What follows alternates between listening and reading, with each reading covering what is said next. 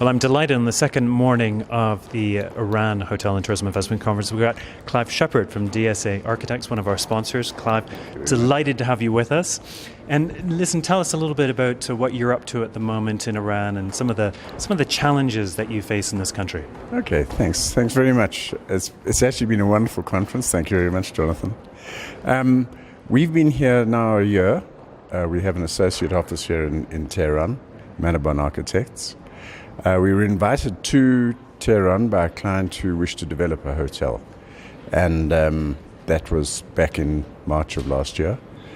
And it's certainly been an interesting ride. First of all, not having any experience whatsoever of Iran, I've grown to like the place very much. The people are wonderful, and the cities are just incredible. But, I think the timing of your conference has been just amazing. It couldn't have been better.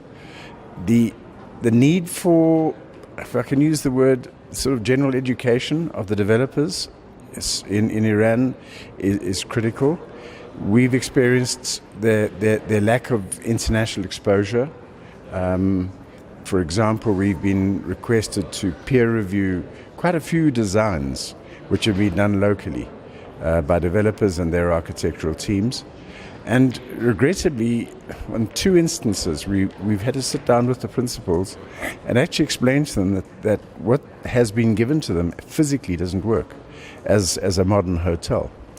And are they accepting that advice? They are. It's been very reluctant, but once we sit down and very gently take them through the nuances of modern hotel design and techniques, they come to accept it.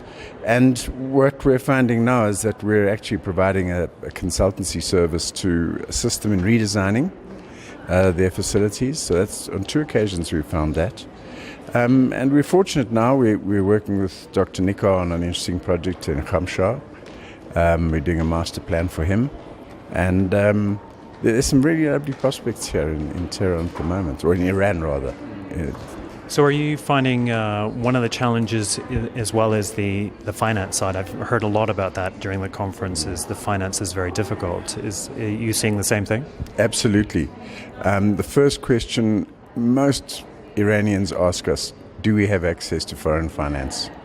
The interesting thing is, I first came to Tehran at the invitation of a potential client, but at the same time, much the same time, there was an intergovernment delegation from South Africa to Iran.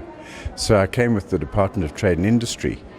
And we believe that with the intergovernment accords which they've struck now, there may be possibility of actually bringing funding in. Certainly maybe through South Africa, largely because if we do that, then the loans are back-to-back guaranteed by the South African government and the Iranian government. So I've been listening to the talks yesterday and obviously this morning. There's a huge will to get tourism off the ground, and I've heard from several Iranian ministers that they're willing to guarantee those funds. So I think that the perceived risk is far greater than the actual risk.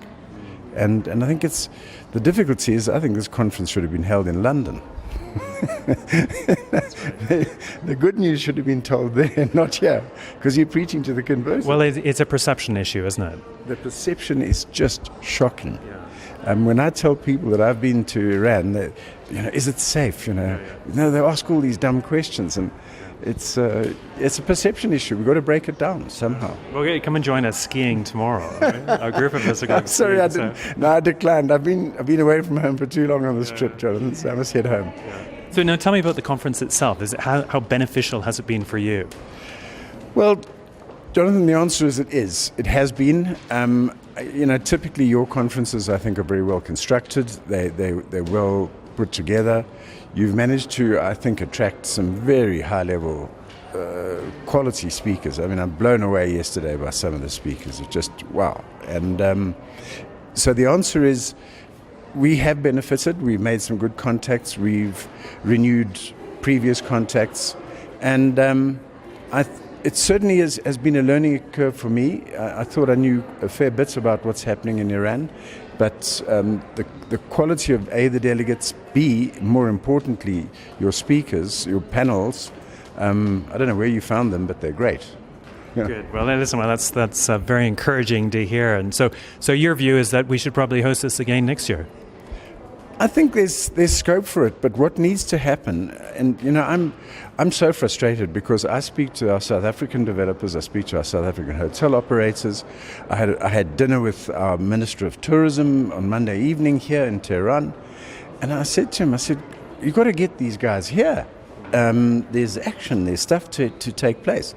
So yeah, next year, but we've got sort of 11 months to do some canvassing, and I know that through our Department of Tourism and our ambassador here, Ambassador Whitehead, I think we've got to start punting, bringing more South African operators. Obviously, I'm speaking for myself, but the same goes for any other country. It's a perception issue, and it's just getting it out there. And you know some of the cities in Iran as well. No, I don't. That's my problem. I've only been to Tehran and Khamshar across in the Caspian. So my next mission is to get around and have a look. Oh, that's why I'm thinking maybe we should have it in Isfahan next year or something. I certainly wouldn't say no. Yeah. Well, anyway, Clive, thank you so much for joining us, and thank you for being such a great supporter and sponsor of our conference. Thanks, Jonathan.